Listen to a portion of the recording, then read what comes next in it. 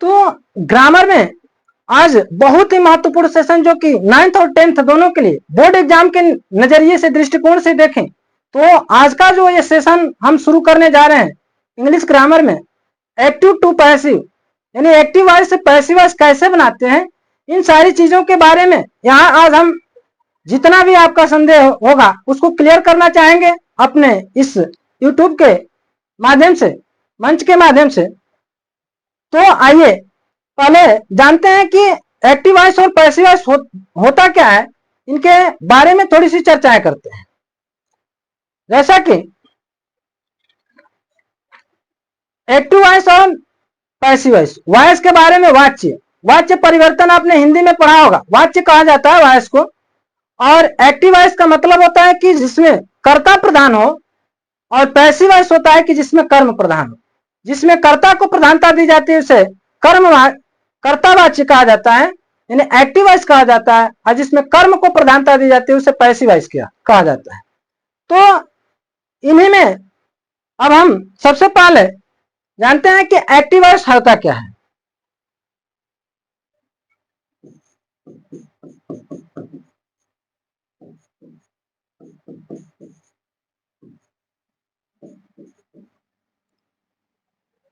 Active voice को यदि परिभाषा के माध्यम से थोड़ा सा जानना चाहें तो कहा जाता है कि जब किसी वाक्य में प्रयुक्त क्रिया से ऐसा प्रकट हो कि कर्ता स्वयं कर्म को कर रहा हो तो वह वाच्य एक्टिव वॉइस कहलाता है, यानी कर्ता प्रधान होता है। और दूसरा, जैसा कि यानी परिभाषा है कि जब किसी वाक्य में प्रयुक्त क्रिया कर्ता को संबोधित करती है, यानी कर्ता को प्रकट करती है, कर्ता के लिए यूज हुई है कि स्वयं कार्य को कर रहा है, तो ऐसे वाक्यों को एक्टिव वॉइस में देखा जाता है। तो एक्टिव वॉइस में जैसा कि एक सेंटेंस है कि सी, एग्जाम्पल के माध्यम से थोड़ा सा, सी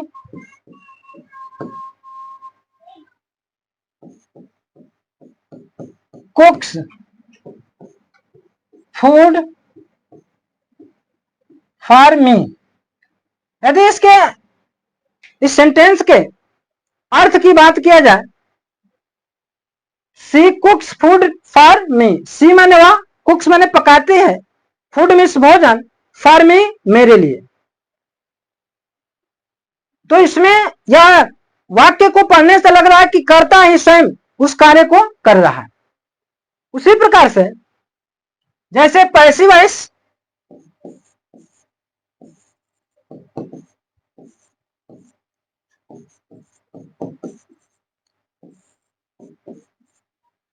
पैसिव वॉइस को यदि देखा जाए तो कहा जाता है कि जब किसी वाक्य में प्रयुक्त क्रिया ऐसा प्रकट हो कि स्वयं कर्ता नहीं, कार्य नहीं कर रहा है, यानी स्वयं कर्ता कार्य को नहीं कर रहा है, किसी अन्य के माध्यम से करवा रहा है, तो ऐसे वाक्यों को यानी पैसिव वॉइस कहा जाता है। जैसा कि एग्जाम्पल होगा, इसी को जब बदला जाएगा एक्टिव से पैसिव में तो होगा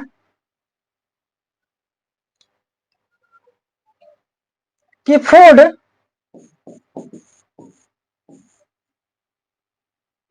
इज कुक्ड। जब भी एक्टिव से पैसिव बनाया जाता है तो अभी आप नियम जब पढ़ेंगे तो उसमें बताया जाएगा कि पैसिव वॉइस में सदैव थर्ड फॉर्म का ही प्रयोग किया जाता है, चाहे वो किसी भी टेंस का एक्टिव टू पैसिव हो। तो फूड इज कुक्ड बाय, सी का हो जाएगा हर, फॉर मी। एक्टिव से पैसिव बनाते समय आपको नियम में बताया जाएगा कि एक्टिव से पैसिव कैसे बनता है। सब्जेक्ट को ऑब्जेक्ट बनाया जाता है, ऑब्जेक्ट को सब्जेक्ट पे रखा जाता है, सब्जेक्ट के जगह पे रखा जाता है। उसके बाद इसमें कुछ सहायक क्रियाएं होती हैं। बाई एक सहायक क्रिया आएगी जो कि पैसिव वॉइस में नए वाले सब्जेक्ट के पहले यानी ऑब्जेक्ट के पहले हमेशा जुड़ेगा क्रिया के जस्ट बाद। तो ये सारे नियम हम लोग पढ़ेंगे इस चैप्टर में एक्टिव टू पैसिव के। तो ये एक्टिव और पैसिव है। अब इसमें थोड़ी सी आगे और बढ़ते हैं। तो जैसा कि आपने टेंस पढ़ा होगा, टेंस जब पढ़े हैं तो उसमें आपने देखा होगा कि 12 टेंस होते हैं। अब 12 टेंसों में से कुछ टेंस ऐसे होते हैं कि उनके एक्टिव टू पैसिव नहीं बनाए जा सकते। तो उन 12 टेंसों में से किसका नहीं बनता है, किसका बनेगा? तो total number of the tense होते हैं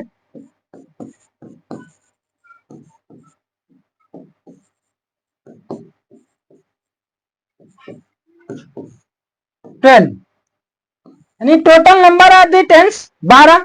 उन 12 में से हम देखेंगे एक तरफ इधर होगा टेंस,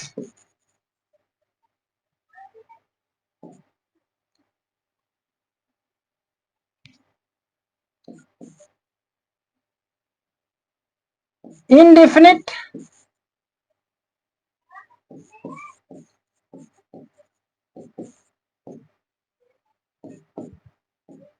continuous,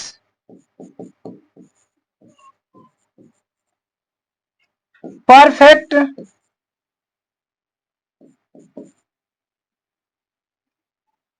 और परफेक्ट।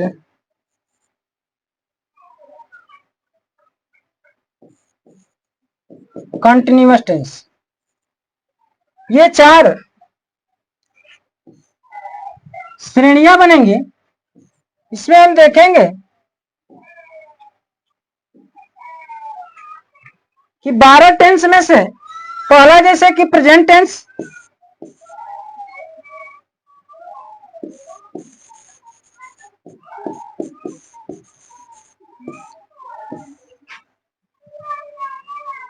दूसरा होगा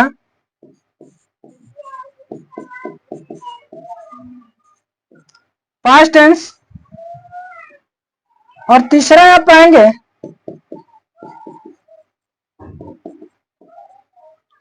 फ्यूचर टेंस। तो present indefinite tense, present continuous tense, present perfect tense.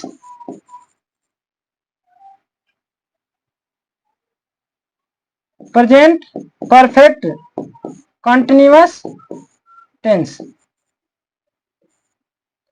तो प्रेजेंट परफेक्ट कंटिन्यूअस टेंस का नहीं बनता है। प्रेजेंट टेंस में केवल 3 का ही बनता है, active to passive, present indefinite tense, present continuous tense और प्रेजेंट परफेक्ट टेंस। पास्ट में आते हैं तो past indefinite,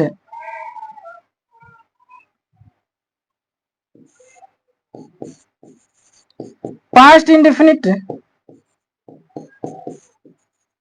tense, past continuous tense, past perfect tense, और यहां भी पास्ट परफेक्ट कंटिन्यूअस टेंस नहीं बनेगा। फ्यूचर में future indefinite,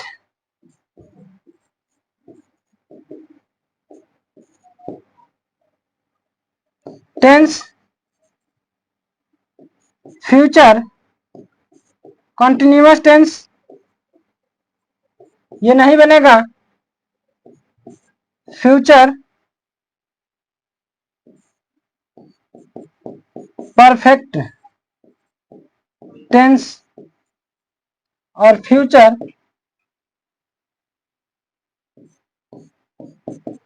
perfect continuous tense, ये भी नहीं बनेगा। तो आप इस श्रेणी के माध्यम से ये जो चार्ट बनाया गया है, आप देख सकते हैं कि 12 टेंसों में से किनका एक्टिव टू पैसिव बनेगा और किनका नहीं बनाया जा सकता। जैसा कि इस चार्ट में हमने बनाया है कि प्रेजेंट, इधर एक तरफ टेंस है और इधर चारों के भेद हैं। तो टेंस में प्रेजेंट की बात करते हैं तो प्रेजेंट इंडिफिनिट टेंस का बनता है, प्रेजेंट कंटिन्यूअस टेंस का बनेगा, प्रेजेंट परफेक्ट टेंस का एक्टिव टू पैसिव बनेगा। प्रेजेंट परफेक्ट कंटिन्यूअस टेंस का नहीं बनाया जा सकता। उसी प्रकार से पास्ट में आते हैं तो पास्ट इंडिफिनिट का बनेगा, पास्ट कंटिन्यूअस टेंस का बनेगा, पास्ट परफेक्ट का बनेगा, और past perfect tense perfect continuous tense का नहीं बनेगा। फ्यूचर में बात करते हैं तो फ्यूचर इंडिफिनिट टेंस का बनेगा, active to passive. Future continuous का नहीं बन पाता है, फ्यूचर परफेक्ट का बनता है, और फ्यूचर परफेक्ट कंटिन्यूअस टेंस का भी नहीं बनाया जा सकता। तो इस प्रकार से 12 टेंसों में से हम केवल 8 का ही एक्टिव टू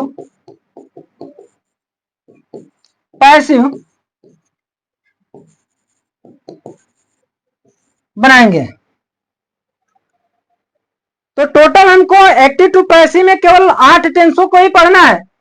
अब आप इस चार्ट के माध्यम से देख सकते हैं कि 12 में से 8 को ही पढ़ना है। तो इसके कुछ नियम होते हैं एक्टिव टू पैसिव बनाने के। तो आइए उस पर हम थोड़ा सा चर्चा करते हैं।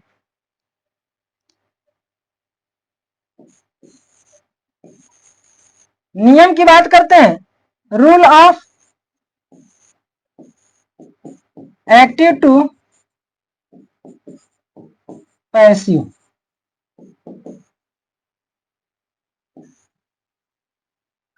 एक्टिव वॉइस से पैसिव वॉइस बनाने के कुछ नियम है। उसमें पहला नियम होता है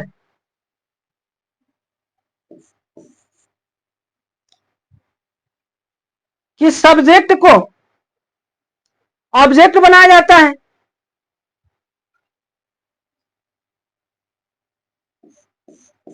एक्टिव वॉइस से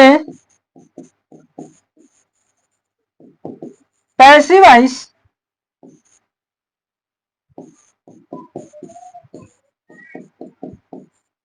बनाते समय सब्जेक्ट को ऑब्जेक्ट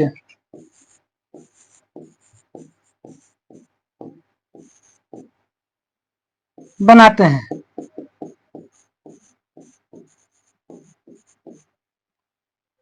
दूसरी इसमें यानी एक्टिव वॉइस से जब पैसिव वॉइस बनाते हैं, किसी भी सेंटेंस का जो सब्जेक्ट होता है उसको ऑब्जेक्ट के जगह पे रखते हैं, और जो ऑब्जेक्ट होता है उसे सब्जेक्ट के जगह पे रखेंगे।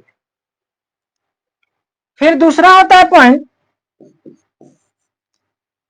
कि जो नया सब्जेक्ट आपको मिलेगा उस नए सब्जेक्ट के साथ मेन वर्ब की थर्ड फॉर्म का हमेशा प्रयोग होता है।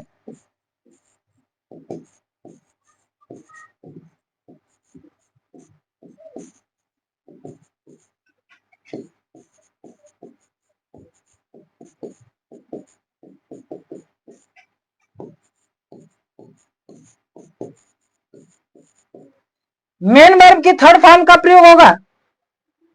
उसके बाद जो नया ऑब्जेक्ट जो बनाएंगे उस नए ऑब्जेक्ट के जस्ट पहले और मुख्य क्रिया के जस्ट बाद बाई का इस्तेमाल करते हैं।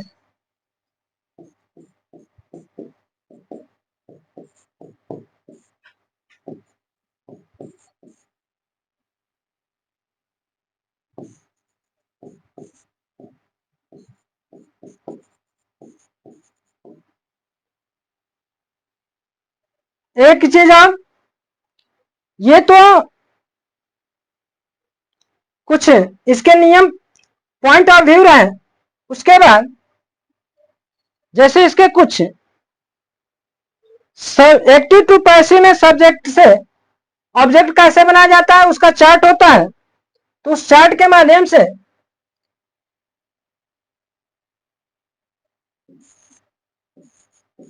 सब्जेक्ट टू ऑब्जेक्ट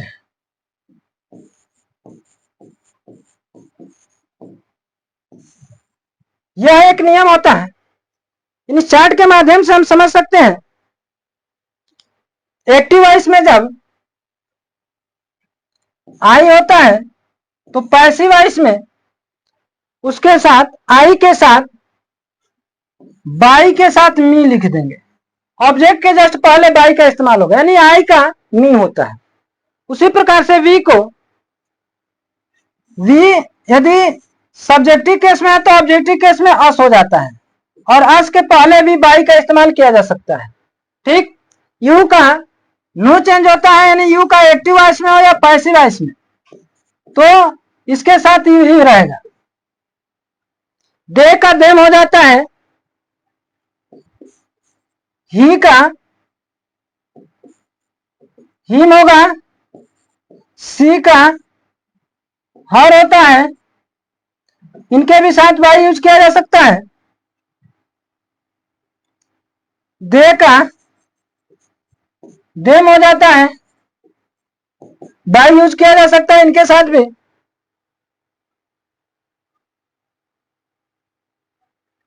इट का इट्स हो जाता है। यदि कुछ अदर वर्ड है, समवन,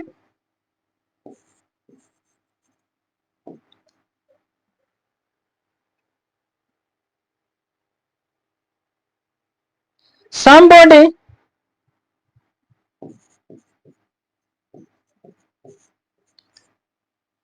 ऐसे वर्डों में नो चेंज।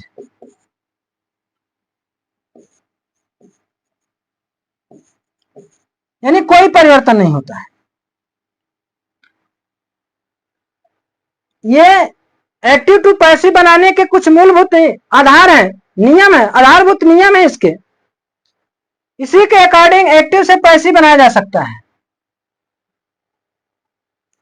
तो आज हम पढ़ेंगे present indefinite.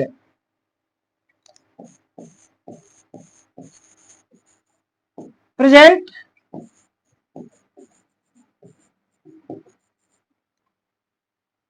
Indefinite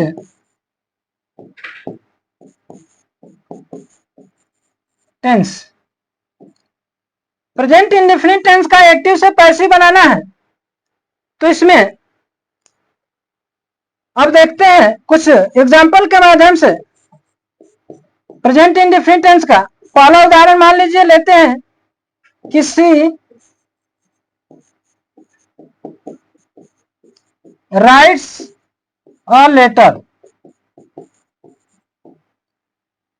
C writes a letter. C writes a letter का मतलब होगा कि वह एक पत्र लिखती है। अब इसे तो इसमें यानी कर्ता को प्रधानता दिया गया, नहीं वह को प्रधानता दिया गया है। लेकिन जब एक्टिव से पैसिव बनाएंगे, जब पैसिव वॉइस में हम चेंज करेंगे तो लिखेंगे ऑब्जेक्ट को सब्जेक्ट बनाना है। तो ऑब्जेक्ट आपका ए लेटर,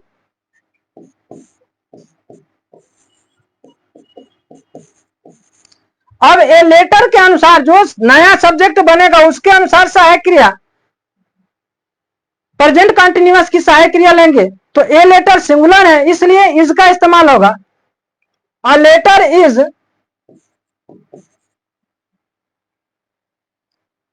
राइट का थर्ड फॉर्म रिटेन।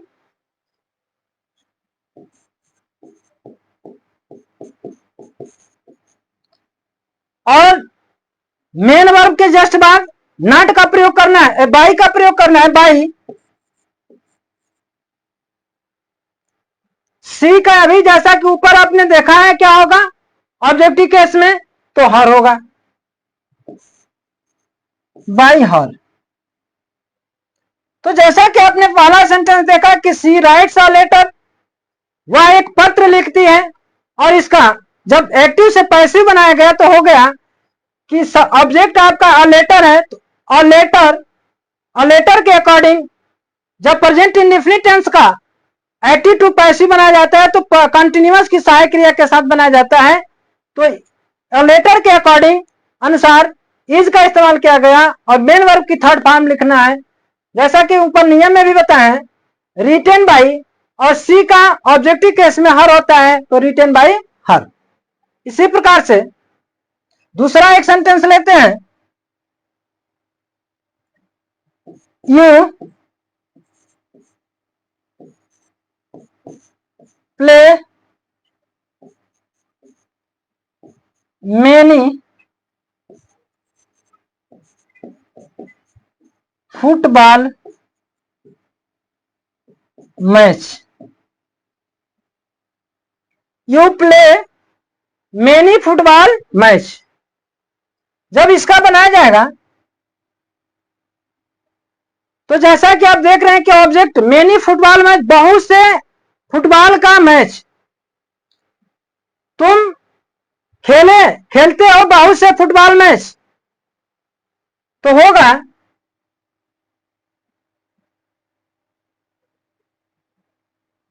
कि मैनी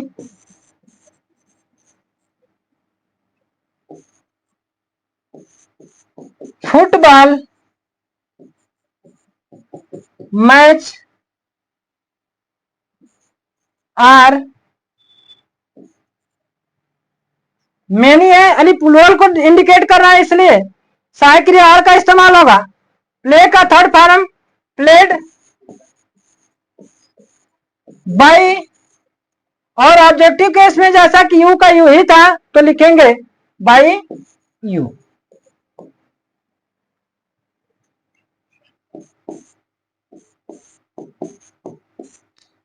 दूसरा उदाहरण लेते हैं, तीसरा एक, जिसे कहा जाए कि we teach many story books, या वी लर्न, कह दे दे कि we learn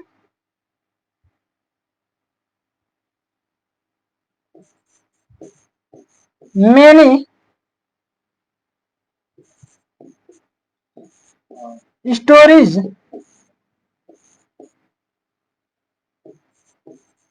books.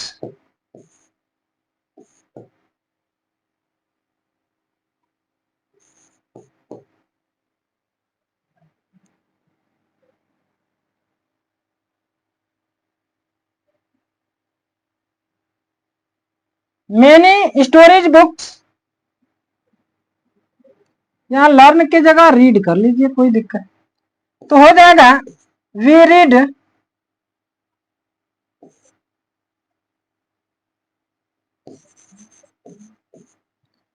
Read many story books, हमने बहुत सी कहानी की किताबें पढ़ी। तो बनेगा पैसिव ऐसे बनाएंगे तो होगा कि many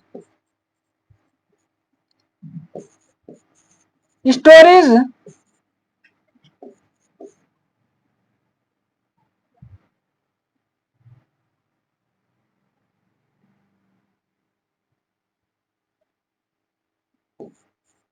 many story books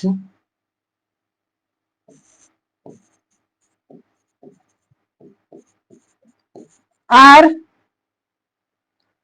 read by us. तो इसका अर्थ हो जाएगा कि many story books are read by us, बहुत सी कहानी की किताबें मेरे द्वारा पढ़ी गई या हमारे द्वारा पढ़ी गई। इस प्रकार से प्रेजेंट इंडेफिनिट का यह जो एक्टिव टू पैसिव है, सिंपल सेंटेंस का आज यहीं हम क्लोज करते हैं। नेक्स्ट दिन पढ़ेंगे प्रेजेंट इंडेफिनिट टेंस का एक्टिव टू पैसिव का जो निगेटिव और इंट्रोगेटिव का नियम है उसको हम लोग पढ़ेंगे।